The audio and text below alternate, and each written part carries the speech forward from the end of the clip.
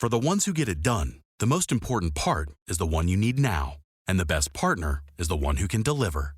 That's why millions of maintenance and repair pros trust Grainger, because we have professional-grade supplies for every industry, even hard-to-find products. And we have same-day pickup and next-day delivery on most orders.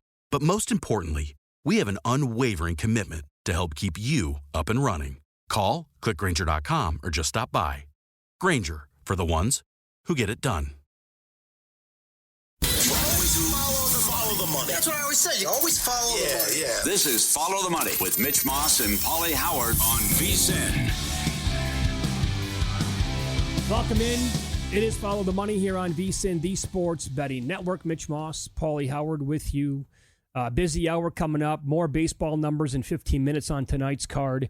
Mike Palm in studio. He's hot and heavy on NBA and NHL. Some series prices and matchups that he likes. And tonight, Pauly, in the association. Give it to me. Give me the opinions. Give me the hot takes. Let's go. How about this? Picks. Let's stay hot. How about this? Knowing Mike Palm like we know him, like we think we do, right? He loves the NHL, loves Major League Baseball. When I said, are you hot and heavy on anything tonight? He sent me back 2 matchups in the NBA.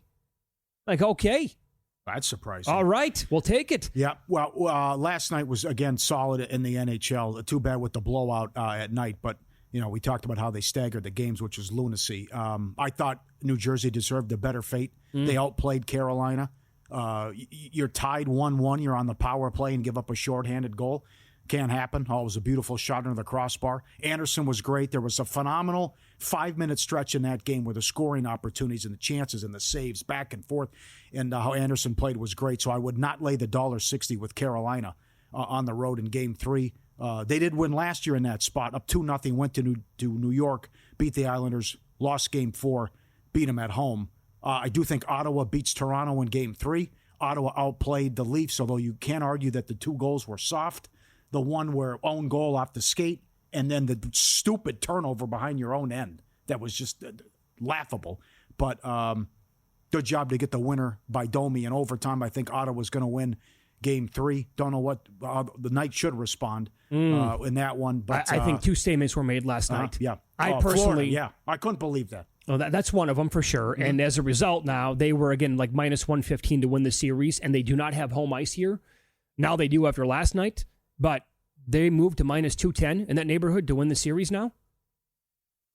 After one win? To bury them like that? For sure. They completely got a lot of respect, I know. But the other one to me, I'm telling you, 2 games into the series, I do not think it's night and day that the Golden Knights have been clearly the better team. I don't. And I don't think this Wild team is very good. No, they're not. I'm shocked by this. Nobody does, but this is... Because it was before last night, it was 4-0 Knights. Right. And it was outscored them like 16-6. I couldn't believe it. I do not expect the Golden Knights to go to Minnesota here and win like back-to-back games. I think this is going to be a long series. And based on what happened last night, now the Golden Knights, think about this. Before that game started to win the series, and they won 1 game, they were minus $5 to win the series. Now, after it corrected and the Wild got Game 2, they're down to $2. So a $3 adjustment here after the 1 loss, and but that's the expectations were for them were to win the game, obviously, to go up 2-0, and then you can move on from there. But to me, this has been not quite the equivalent of Knicks Pistons in the NBA, because the Pistons have clearly been the better team in that series through 2 games. In fact, I'd say 7 out of the 8 quarters have been the best team. I'm not going to say that the Wild have been the best team here for 5 out of 6 periods, but it's much closer than what the series price would tell you so far through 2 games. Mm-hmm. Now, will the Golden Knights respond in Game 3 and get back to the team that we saw in the regular season? And as Jonathan Davis called them yesterday, very disrespected 110-point team. No doubt. They got to find it somewhere. Mm-hmm. Better respond. I know. Yeah. I don't look at this steam on Colorado. They're up to $1.95. Wow. And now series tied at 1. Dallas saved their season. They lost 8 in a row before the win in overtime. Total of 6.5. Most people expect Colorado to take them out. And again, that was like a 60, 70 cent move on the series price. The Kings are 4-1 this year against the Oilers. And if it wasn't for the last 10 minutes of that game, I'd be all over the Kings tonight and adding more on the series. Just how it was 5-2 and then, what happened? We got a tie game. So Jonathan Davis is right how Edmonton handed him 2 goals and then the stupid penalties where, LA's 27th on the power play. And for them to get 2 power play goals, and certainly Skinner could have made some saves, but what they did to rally back and maybe solve Kemper has me a little scared. But the Kings $1.25 tonight against the Oilers. So what number would you lay then with the Kings? Maybe you just need to eliminate the final 10 minutes and say the Kings were the better team. I'm gonna watch the first 10 minutes and then see what happens. Because I can't get out of my mind. It was such a strange game. They went 16 minutes without a shot on goal. Yeah, but then they score 5 goals. But you can't forget about that part, though, right? Because that happened, and that was a majority of the game where the Kings were the better team. Total domination. I know. Like you said yesterday, what was the in-play price when it was 4-0? Well, when it was 2-0, they were $9 because Edmonton couldn't even get a shot on goal. And then here we go. We got a 6-5 final. I'm telling you right now. I'm looking at as low as minus 120 on the screen right now. I'd take the Kings. I'd still take the Kings and see if Edmonton can prove it to you. And just between the injuries and Ekholm and what they did defensively and how strong. Remember, the key stat here, and they will get to 3, I believe, is they're, 41-2 when they score 3 goals. So I think they're going to get 3 in most of these games against Skinner and Edmonton. When the Wild scored that goal last night and they were putting everything on Adin Hill and they finally got one past him, they moved to minus 120 to win the game. And I was like, that's interesting because they're clearly the better team right now. And I thought about betting it. I couldn't even bet it, and they scored again. And then again, I'm like, okay, well then forget about that. Yeah. Minus 120 turned into infinity at that point. How about this now? In the NBA tonight, man, I hope it keeps going up by the end of the show. I'm looking at the official injury report on the NBA's website. Nothing to really report on Golden State, Houston, and the Rockets are up to 4 now at several books in this game. It opened up 1. Yeah, you're paying the must-win tax.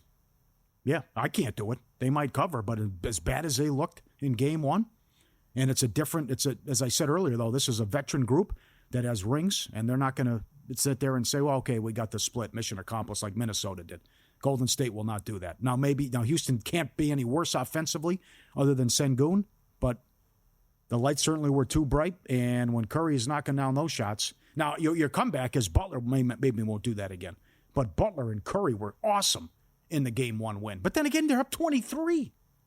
I mean, come on, Houston. Have some pride. I think that Butler will do it again. Do you? Even though then Houston's very good defensively, but that's right. I mean, just based on what we know about Jimmy Butler and the nickname Playoff Jimmy, you can mock it if you'd like, but it exists for a reason. And also, like, I watched a lot of Warriors games down the stretch. Jimmy Butler was, like, clearly the reason why the Warriors are in the position where they're in right now. Again, it needs to be reiterated here, as I've said it many times on the show. If they did not make that move, I do believe the Warriors would have missed the playoffs. And now they're like a force to be reckoned with here in a very good Western Conference. And Curry's amazing. He's like my favorite player of all time. I think he's top 5 player of all time. But what Jimmy Butler has meant to this team every single night and on offense, like he's the catalyst on defense to the team.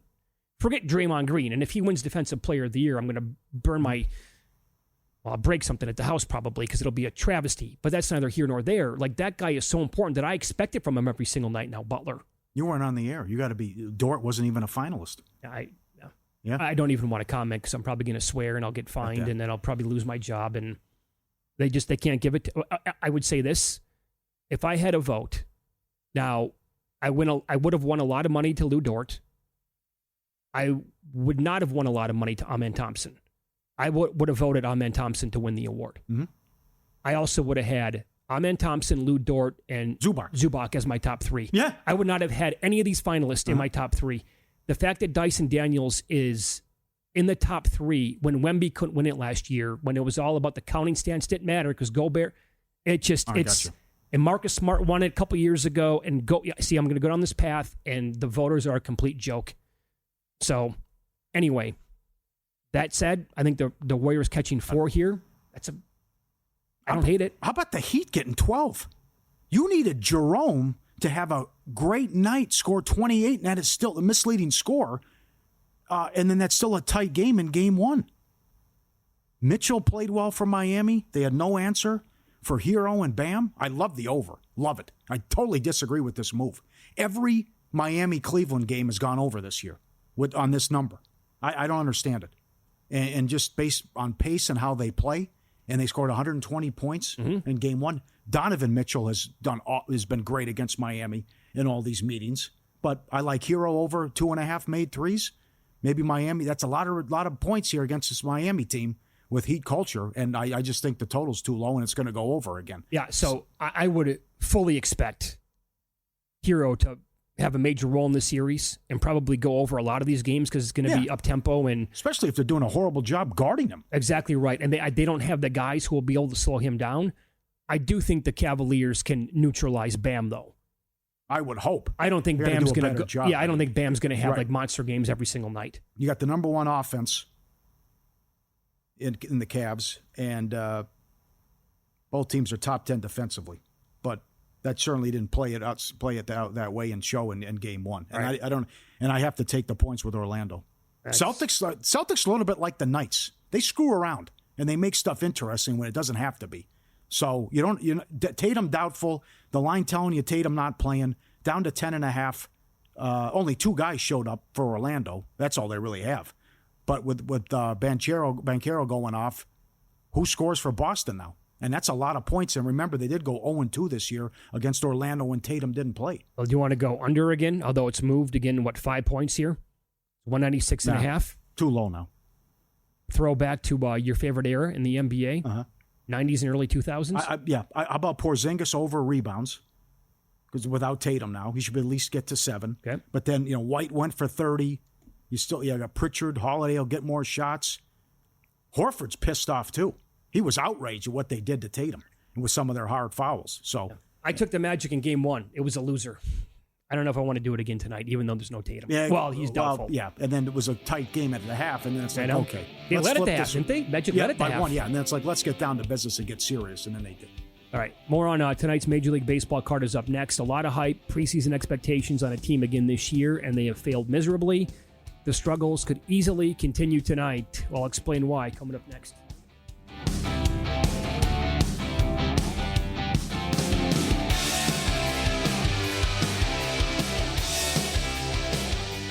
If your job at a healthcare facility includes disinfecting against viruses, you know prevention is the best medicine. And maintaining healthy spaces starts with a healthy cleaning routine. Grainger's world-class supply chain helps ensure you have the quality products you need when you need them. From disinfectants and cleaning supplies to personal protective equipment, so you can help deliver a clean bill of health. Call 1-800-GRAINGER, click Grainger.com, or just stop by. Grainger, for the ones who get it done.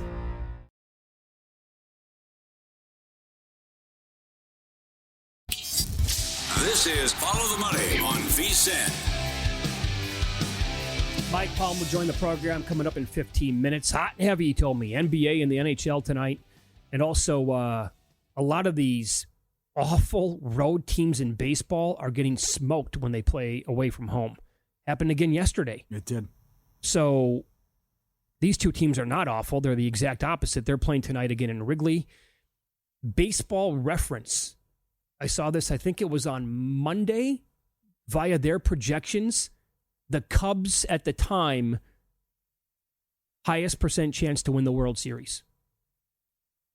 You were a lifelong Cubs fan. Oh, wow. I don't know if I shouldn't say lifelong, but you grew up a Cubs fan, right? Yeah. Things change. You get older, you get into bed, and your allegiances maybe fall apart a little bit. I think this team's really good, obviously. And I think we're looking at not one, but maybe 2 MVP guys if they keep it up. Well, the comeback kids, number one. Yesterday was their 8th come-from-behind win.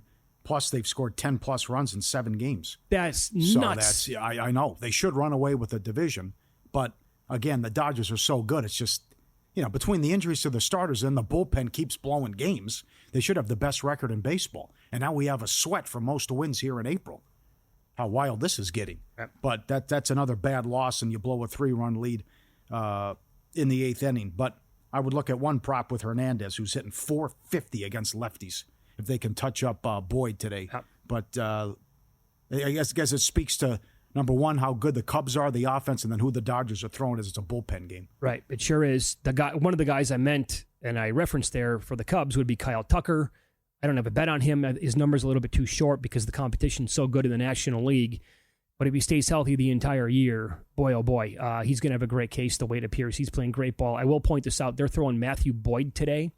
He faces LA for the second time in his last 3 starts, gave up 3 runs over 6 innings in a 3-0 loss with Chicago. That was at Chavez Ravine 2 weeks ago. But consider this, Boyd has a 2.01 ERA in 4 starts this year, and his 4 opponents to date, that Dodgers game, he took on the Diamondbacks and 2 games against the Padres. That's like elite competition there, and he has held his own the entire time. Total now in this game tonight, it was 9.5. Now it's Circa. It's down to 9. Great pitching matchup in San Francisco. Freddie Peralta goes for the Brewers. Logan Webb takes the bump for the Giants. Both teams, good stories. The Giants will get a righty in back-to-back games for the first time in almost 2 weeks. They've won 13 of 15 games. You talked about this when facing a righty this season. That's the best overall mark in baseball. Their numbers overall facing righties much better than when they face lefties. And Logan Webb is 2-0 with a 2.61 ERA, 5 career starts against Milwaukee. He had 12 strikeouts in 6 innings on Friday and a 2-0 loss against the Angels. So he was very good. Giants price about -138. That bettable for you? Yep.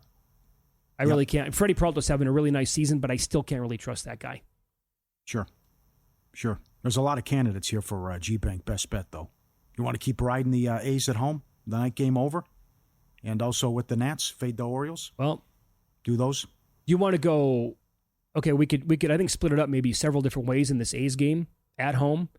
They have lost 8 of 10 in this ballpark. They've been outscored 70-38. Yeah. Their pitchers have surrendered 18 home runs in those 10 games, and they gave up 4 long balls last night. Maybe you want to go with the total over in the game. You could probably maybe look at the Rangers team total over as well, but if you just want to go total, then... Yep. And then I think you have to take the Nationals at plus money. Again, the Orioles starters, worst ERA in baseball, 6.22. Kramer gave them no chance last night. How that stayed under was a miracle, but the Nats had the early lead, and that was an easy win as well. Ducks on the pond. Seemingly there was a guy on third with 1 out 10 times, and they couldn't get him in. You can have that one, and as we mentioned earlier, Minnesota, $1.20 on the run line, 13 in a row at home against the White Sox. They've won 15 of the last 17 and 22 of the last 25 against the White Sox. That's the G-Bank Best Bet. New customers, $250 if you spend $1,000 within 90 days. $500, spend $50,000 on gaming and sports app loads within 30 days, so potentially a $750 bonus. For more info and to apply, vsin.com/gbank. Terms and conditions apply, vsin.com/gbank. All right, more on the Baltimore-Washington matchup here, as long as we're going to make that one of the G-Bank bets of the night. Baltimore, they've been outscored 31-2 their last 2 games. 31-2. Yeah. They've been out-hit 39-8 in the same stretch. And now players and, the manager and broadcasters for the team are talking about how that's also affecting like other parts. The fielding specifically has been really, really bad and letting them down as well. So they're throwing a pitcher by the name of Sugano tonight, who was really good against Cleveland in his last start, gave up 2 runs, 7 innings. So that's the good news. Here's the bad news. He is striking out a very low rate of batters. It's 3.4 Ks per 9. He has 8 strikeouts, and he's faced 87 batters so far on the year. There's only one pitcher who has a lower K rate than him. And when you look overall and break down like the metrics and the advanced numbers, his expected ERA is 6.42. That is 3 runs higher than his actual ERA this year. And we talked about that a little bit yesterday because one of the reasons why I did lean towards the over with the Dodgers and the Cubs, the FIP numbers on May and Shohei Imanaga, Shote, but I'm screwing up his first name. You know who I'm talking about, obviously. Yeah. Their FIP numbers were much higher than their ERAs. And it's like, well, at some point that's going to come back to bite them. Tonight could be the night for Sugano and the Baltimore Orioles. And I don't know how this team, playing like they are right now, they're possibly laying this high of a number on the road against a team that's been okay this year. Yep. All good points. So I had to do a double take. I thought Washington was going to be favored again. I'm like, wait, what? Right. Hold on a second here, huh? Mm-hmm. Some numbers and takeaways so far through the season. ROI, Padres number 1. You're almost up 8 units on the Padres. Giants number 2. Then the Mets, Cubs, and Guardians. You're already down 14 units on the Rockies. $100 every game. Rockies down 14 units. White Sox, $9.64. Twins, $8.88. Braves, $7.40. And the Rays, $7. Number 1 ROI pitcher is Robbie Ray. They've won all of his starts. Job, same thing. Parker, plus 355. Quintana, plus 335. Anderson, plus 334. Cannon, Freeland, Nola, Morton, Michaelis, Marquez, Paddock. All lost. Every start lost. Teams lost.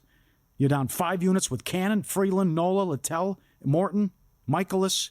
They're 0-4 when he started. Does he go tonight? Michaelis went today. He went today. They lost again, so you're down 5 units. They've lost all 5 of his starts. Let me just point this out, though. I want to confirm this because he actually has some pretty bad numbers. Like three different players for the Braves have done like a great job of him against him in their careers. Today he allowed. It wasn't his fault, but they still lost the game 4-1. He went 6 innings, gave up 6 hits, no runs.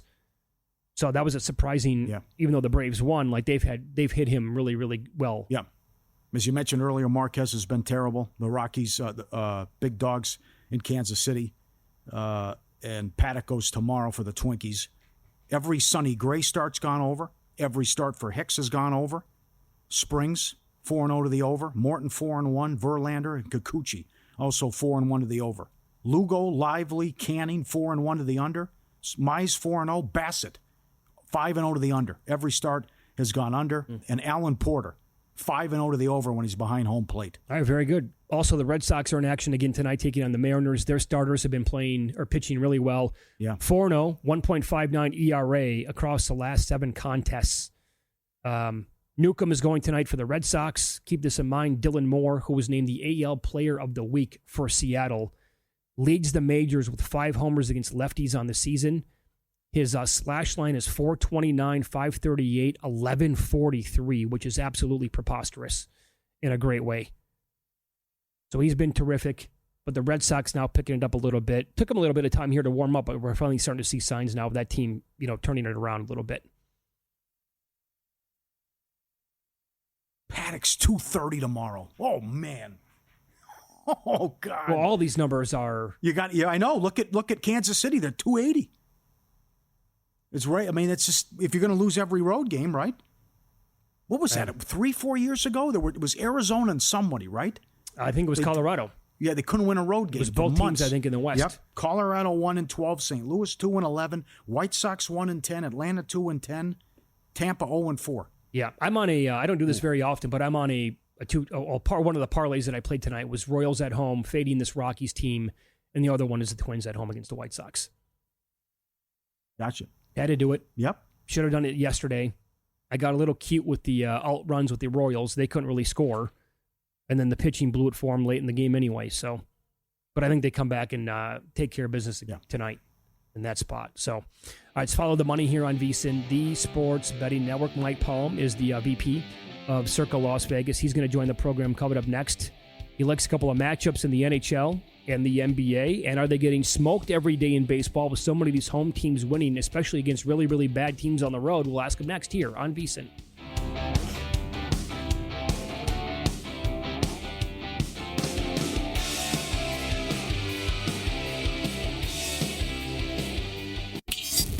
This is Follow the Money on VSiN. Good to have you on board here on a Wednesday, one day away from the NFL Draft. Mitch Moss, Pauly Howard. We are live in downtown Las Vegas from the beautiful Circa Resort Casino. And every Wednesday at this time, the maestro himself joins us, Mike Palm. He is the VP of this great property along with the Golden Gate and the D. Good afternoon, maestro. How are you? Hello, Mitch. Hello, Paul. Wonderful. Everything's great. Hey, Mike. Are you guys great in baseball too, or are you guys getting pounded with these? I can't even call them good teams at home. I'm just talking about these really bottom feeders playing on the road where they can't win games. I think Chris Bennett called it our worst week of baseball we've ever had. We just got slaughtered. Let's say between Thursday and Sunday last week. Really, we didn't do well. All the parlays come in. Same cast of characters, yeah. How about the Twins are up 4-0 on the Braves in the last leg of a 5-teamer is the Braves run line. They beat them 6-4. I mean, oh boy, they're the gift that keeps on giving. When the Twins went to Atlanta, what was that, Friday night? 4-0 Twins. Braves cover run line parlay. there you go. The run lines. I mean, the run lines are coming too. Yeah. I mean, it's just Good point. But also, yeah, this is the best winning percentage for home teams since the turn of the century. And you can go, like Mitch said, with how bad these teams are on the road. San Diego 12-1 at home, Dodgers 10-2, Mets 12-1 at home. And they just walked it off earlier today. It's wild. How many games realistically, and there was a great prop up there before the season started, right? It was the Dodgers win total against the Rockies and the White Sox combined. Yeah. But what are we talking about here? These two teams are so bad again. I don't know if they can be White Sox bad from last year, but combined, they might touch 100, and that might be about it. that's true. And then are the Dodgers going to win 100? I'm not sure. Did they win their division? Yeah, I think they still win their division, but that's a really deep division. San Francisco's been scrappy. They should only start Logan Webb at home. Let's just be honest here. And they maneuvered around. Yeah. Even in L.A., he can't pitch thing? in Southern California. Yeah. Just start him at home. He's unbeatable at home. He cannot win on the road. They've been scrappy. Obviously, the Padres have put it together with this lineup, and they're competitive in every game at least. And the Diamondbacks, I still think, are the second best team in the division. So we'll see. I mean, the Dodgers bullpen hasn't been terrific. And for all this depth of starters I talked about, they got 8-9 starters. You can't even find a spot for all the legitimate starters. They're still sending Logan Knack out there, and they're still, right? So we'll see. It should be an interesting race. Interesting comment, Mitch. The Padres are plus 750 to win the division. Yeah. Well, Not a bad price. What are the D-backs? 11-1. I still like the D-backs. Really? I do. I think Fafad is good. Although, if you look at every metric, I thought Marquis, who was great. We love our Marquis, right? Red Rover.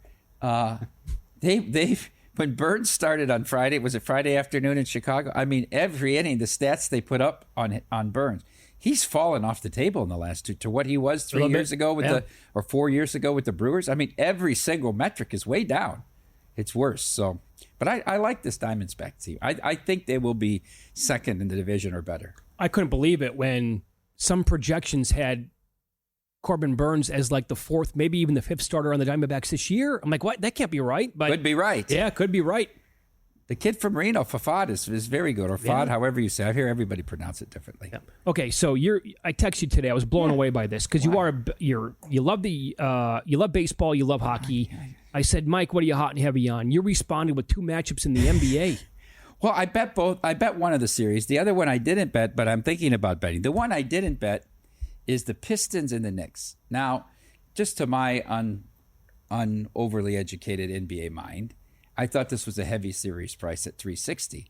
But now I've watched two games where the Pistons have been the better team for like 87 or 88 minutes of this series. And they're still 210, the Knicks?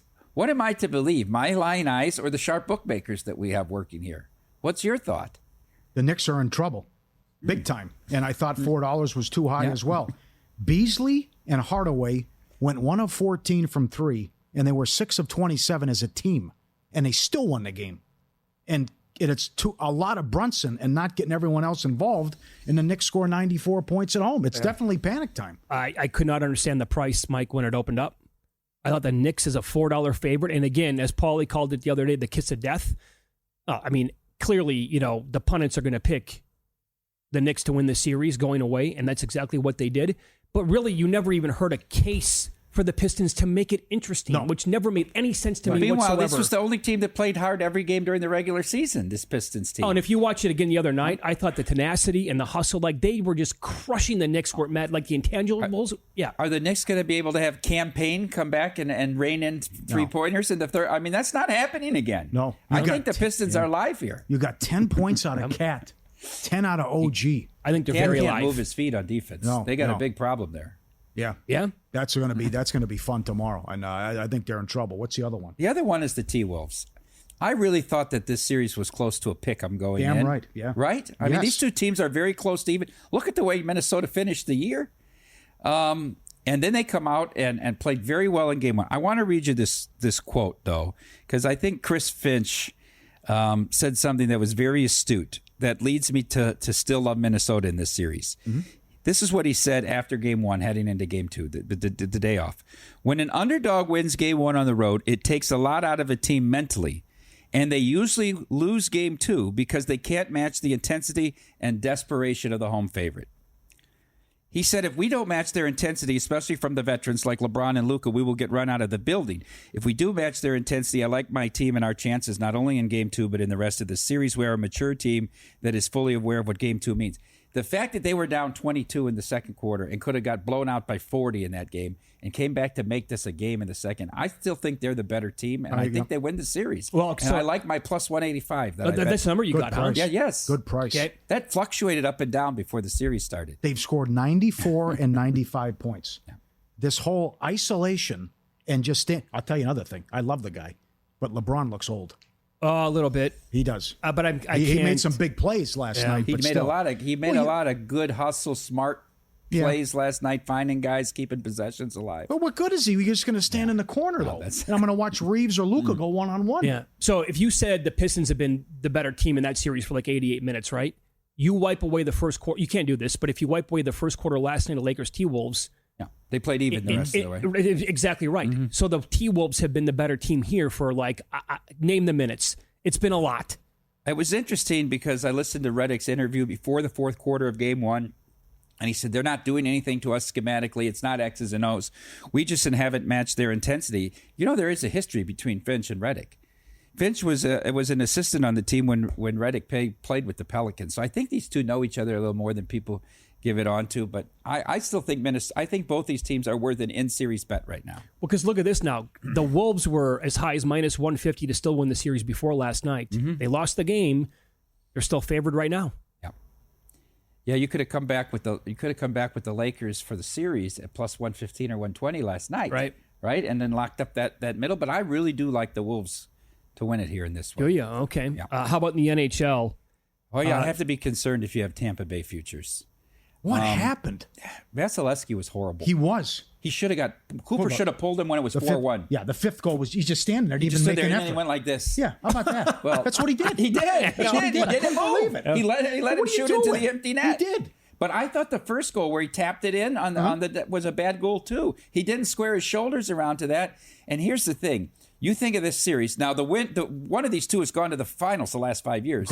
Correct. Florida's a grinding, forechecking team, right? Florida looked faster out there on the ice than Tampa last night. Obviously energized by Chuck coming back, but this could be over quick. How would you power rate the top teams in the Eastern Conference right now? Would you go Florida number 1, followed by Toronto? Toronto ahead of Carolina? Wow. I've watched this story with Carolina. Freddie Anderson, I don't know. We're making Freddie Anderson into it here. They made a comment on the telecast. It's only been injuries have been a problem. When Freddie's healthy, he's been a top goaltender. When? What have I missed in the last 12 years? He was not. He didn't elevate Anaheim. He didn't elevate Toronto. I don't get this. And they're a home team too. They're not good on the road. That's fair. Carolina. No, so you're buying Stolars. I'm buying Stolars. I'm buying Berube especially. They never win game ones. They never get off to good starts. My numbers had this 240. They went off at minus 175 for the series. I think this could be Toronto's year. Now, they'll have to get by Florida in the next round, most likely. I'm not happy that the Kings blew a 4-goal lead, even though they lost game one at home. What do you do with that now? It's still in your head. You can never be confident no matter how big of a lead you have. I love the Kings, and in that 10 minutes, I know. It was kooky. Yep. This is awesome. We talked about it yesterday. I retweeted it as well. The all-in package, the ultimate giveaway package at Circa, $400. Listen to this. 2-night stay at Circa, $100 dining credit, $100 beverage credit, and your own day bed at Stadium Swim, where the party never stops. All for just $400, valid between May 26th and September 4th. Lock in your all-in summer package now. CircaLasVegas.com, the all-in package. 2-night stay, $100 dining and beverage, and the day bed. CircaLasVegas.com. Can't emphasize how incredible of a deal that is overall when you factor all that in. The dining credit, the beverage credit, and the day bed. You get 2 nights, and you're still only paying $400 for the whole thing. Derek said the website almost broke yesterday. Yeah. It was so popular. Yeah, I think we get close to capacity in a few days. Because of the day bed. The day bed restrains it. This guy needed to stop talking about a month ago. You cannot be serious. Up next.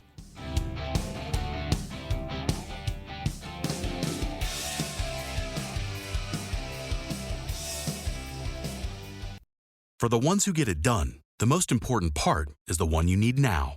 And the best partner is the one who can deliver. That's why millions of maintenance and repair pros trust Grainger, because we have professional-grade supplies for every industry, even hard-to-find products. And we have same-day pickup and next-day delivery on most orders. But most importantly, we have an unwavering commitment to help keep you up and running. Call, click Grainger.com, or just stop by. Grainger, for the ones who get it done.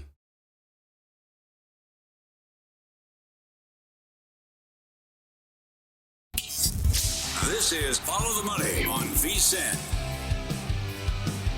Welcome back. We continue here Wednesdays with the Maestro. Mike Palm is the VP of Circa Las Vegas here in downtown Vegas. Time now for You Cannot Be Serious. You can't be serious, man. You cannot be serious. Well, let's start off in Pittsburgh. I'm watching this game Saturday afternoon, fellas. Guardians. Jensen Lewis was went there with his wife, drove down this weekend, saw the series. Guardians up 3-0, top of the eighth. Runners on first and third, one out. And you can hear the crowd starts to chant, "Sell the team." Yeah. Sell the team. Sell. It went on for 18 seconds, and then the broadcast cut the crowd mics. I just have to let the people there, and a good partner. You guys used to be on every morning there, Sportsnet in Pittsburgh. Yeah, that's right. The cat's out of the bag, guys. You can leave the crowd mics on. I don't think it's a secret anymore. The Pittsburgh Pirates. Yeah. You cannot be serious. Over the weekend, we referenced that series in Atlanta between the Twins and the Braves. And an interesting situation occurred in the top of the seventh, and I believe it was Saturday night. With the Braves up one, the Braves outfielder, Jared Kalenic, hit a long fly ball to right center field. He thought it was a homer, so he went into his home run trot. But no, it hits the wall. Throw into second. He's called safe originally. Rocco Baldelli challenges and wins, amazingly. And so he's thrown out in a one-run game because he was admiring his own what he thought was a home run. Reporters after the game, and this is particular to this manager, Brian Snitker, asked him, "What did you say to Kalenic?" And he said, "Was I supposed to say something?" And so when that interaction was tweeted out, Ronald Acuna responded, "I would have been taken out of the game." As we famously know, he did to Acuna and Azuna and Albius and all the Hispanic players when they don't run one out. To Kalenic, he answers, "Was I supposed to say something to him?" Brian Snitker. You cannot be serious. Oh, boy. And, of course, our favorite guy. What did Mitch say? He should have stopped talking a few weeks ago. Nico Harrison in Dallas. You know, you can't make this stuff up, and every week it just gets better. Let's go to the press conference here, guys. I did know that Luka was important to the fan base. I didn't quite know it to what level, but really the way we looked at it is, you know, if you're putting the team on the floor that's Kyrie, Clay, PJ, Anthony Davis, and Lively, we feel that's a championship caliber team, and we would have been winning at a high level, and that would have quieted some of the outrage. I'm trying to draw the best comp here. Mm-hmm. So I have to take a look at Luka and what he's accomplished to this point in his career and compare it to another modern day player and think about how ludicrous this situation would have been. What if in 2007 or 8, Danny Ferry would have traded LeBron? Not LeBron ended his contract and took his talents out, but Danny Ferry would have traded LeBron and then come on and said, "I didn't know how important he was to the fan base of the Cavaliers." What if in 1987 Rod Thorne would have traded Michael Jordan? Luka's been to a final. These guys hadn't yet. What if he would have come and said traded Jordan? The city of Chicago would have went into martial law. I mean, they'd have been shooting all races in the streets. And Rod Thorne would have came out and he would have said, "Geez, I just didn't know how important Michael Jordan was." Are you kidding me? Somebody put a muscle on this guy, Nico Harrison. You cannot be serious. And that's this week's edition. Good job. You hit on two things there. Number one, stop doing press conferences as Barkley. Number two, you just went. You weren't a playing team. You just went to the finals. Your defense was fine. Okay. And, so when you first saw the video clip making the rounds, or were you guys watching it live? Because I saw it on Twitter. I saw it on Twitter. The first 5 seconds in, I'm like, "There's no way this is real. This is AI." You thought it was AI? That was my first reaction. Right. I'm like, there's He also fumbles his words a little bit to make you think it was AI, right? He doesn't speak very clearly at the beginning of it. How about what happened last week? It was Friday, right? will let you talk to the media, but you can't bring in recorders or cameras. Yeah, that's right. Yeah. To talk, and then he 6-7 times said to answer the questions, defense wins championships. Mm-hmm. The fan base will never get over this. No, well, they didn't have a sellout other than when Luka came back the rest of the season. Sure. So as Tim McMahon said, it's the worst 2.5 month PR strategy mismanagement ever by an organization. People, owners and front offices have systematically turned their fan bases against him. Nobody's ever done it in one move like this guy's done. And then, as you said, Paul, compounded on it each and every day with the way they handled it. Throwing 12-year-olds out, of the arena who protested. Kicking people out, and then raising ticket prices. It's a good point, by the way. It's like a gradual build, right? Over months where an ownership group or like a GM or whatever just completely They won't deflates. spend money on the team. They make a bad trade here and there. This people, they did it in one fell swoop. And how about the reporter that asked him, what reason, why shouldn't you be fired? I mean, legitimate question. I can't imagine, like, once his time is done in Dallas, how does he, based on this move, how does he ever get another job? Yeah. He'll find a TV job. Well, that can't happen. No. That can't happen. No. Well, how do you? I didn't know how big this is and how popular. Also, in terms of like ESPN even covers it and has articles on it. And I saw how well it did out here. What's wrestling fan like? What was WrestleMania with the clientele, and if they spent money and how that went? Well, they're very fanatical. I mean, we had Ric Flair was here last Thursday and did a podcast at Legacy. They were lined up 2 hours before Legacy opened so that they could be there to see Ric Flair, get a picture with Ric Flair. We did a seminar in the ballroom one night. They had over 350 people show up for the seminar in the ballroom. I know Rami and Michael Prenti and a few people actually went to the event on Sunday and said it was just amazing. What a great production. So I didn't know. I mean, honestly, I don't follow it anymore. I followed it when I was a kid, like 6 to 12 years old, right? I got into it because it's great theater. It is. The heels, and I mean, it's like Shakespearean stuff, and they turn people and all this, and it's great comedy too. I mean, you tell me a better comedic duo than Gorilla Monsoon and Bobby the Brain. Oh, you that can't. stuff on Monday nights on USA. It's amazing. You can go back and watch it I'll today. give you So one. sharp. Jesse Ventura was so good. Ventura was great. Went on to be the governor of your state. He was so good as a broadcaster. Oh, Mean Gene, I'm going to tell you. Bobby the Brain. The Pukemaniacs, anti-Hogan stuff, and it's all. And when his guy lost, it was all fixed, right? Oh yeah. And they said this Randy Orton is really big, huh? Rami said that like kids would they were at the center bar at Fontainebleau, and all the wrestlers were there after the event, and they would, the security tell people just keep moving, and he said they saw like one family circle like 12 times till they could get this wrestler's attention and take the picture with the kid. So they can't bet on it though. That's the problem. But if you guys were able to put that up, if Nevada Gaming would have said you can put a couple of matches on the board, I think you'd have got a tremendous right on it. Oh, and obviously people would just bet for their favorite. No person, question. Right? Yes. They had there'd be the tickets written on that event would have been countless, right? Sure. Have they been countless for the NFL draft, which, by the way, they have to come off the board here in Nevada in a little over 2 hours. 2 hours, yeah. Yeah, it's been a good right. We did 21 players, just their over-under position. You know, you have to move the position. You have to move the draft thing, like it always is, goes back and forth with wild swings of money and positions.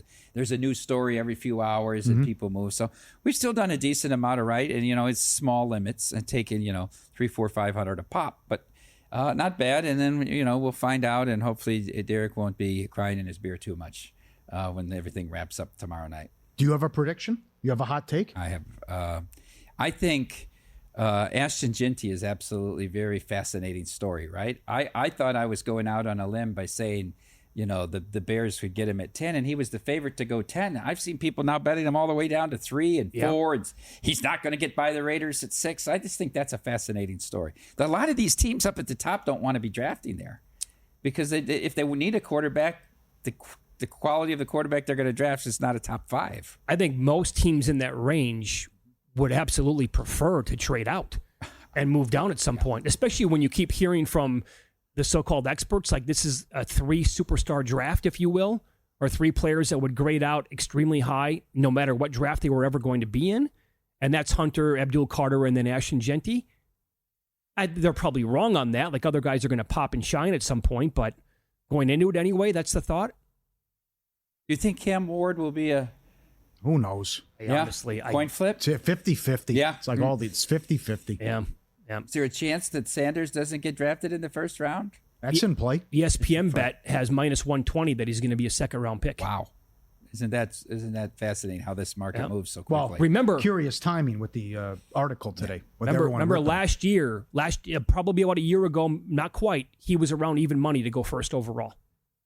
That I forgot about that. Yep. Come on. Yeah. Oh, that's crazy. Even money to 2-1, something like that in that range. No, he was the favorite. Books. Yeah, he was absolutely. Yeah. Yours was like the second choice. I know. It was nuts to go, but think about that. Yep. NFL draft starts tomorrow. Visa knows every pick matters. Tune in. 2 special live shows breaking down every pick from a betting perspective. Visa Primetime Draft Edition starting at 7 p.m. Eastern, followed by Cashing Out Draft Edition, 11 p.m. Eastern.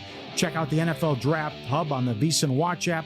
Exclusive analysis, team needs, and insights. VSiN.com/draft.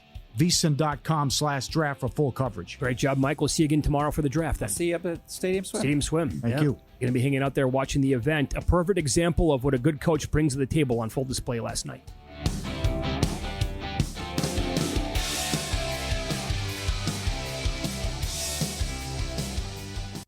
For the ones who get it done, the most important part is the one you need now. And the best partner is the one who can deliver. That's why millions of maintenance and repair pros trust Grainger, because we have professional-grade supplies for every industry, even hard-to-find products. And we have same-day pickup and next-day delivery on most orders. But most importantly, we have an unwavering commitment to help keep you up and running. Call, click Grainger.com, or just stop by. Grainger, for the ones who get it done.